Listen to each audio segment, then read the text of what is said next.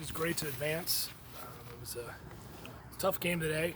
I always say when we were pretty clinical in the first game against Ohio State, and we knew today would be tight, and the game became pretty physical from the start, which surprised me a little bit.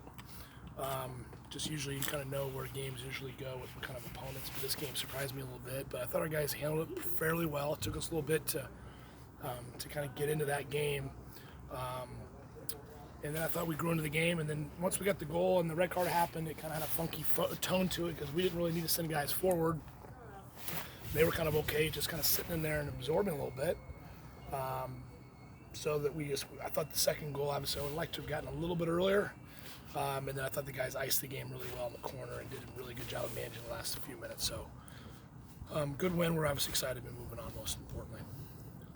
I asked about what they take from this game moving forward, and they mentioned the physicality, especially with all the youth you have on this team and tournament play.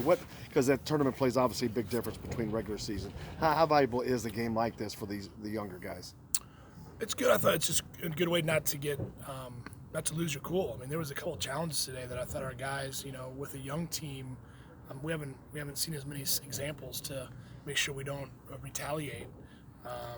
Whether there was any intent or not doesn't matter. There were just some really hard challenges, and I thought our guys again managed it pretty well. They were a little feisty, a few, but they kind of calmed themselves down and didn't give the official any reason to book them. And I thought their the red card was a body of work for that particular player, and again it changes the game once you're down a man.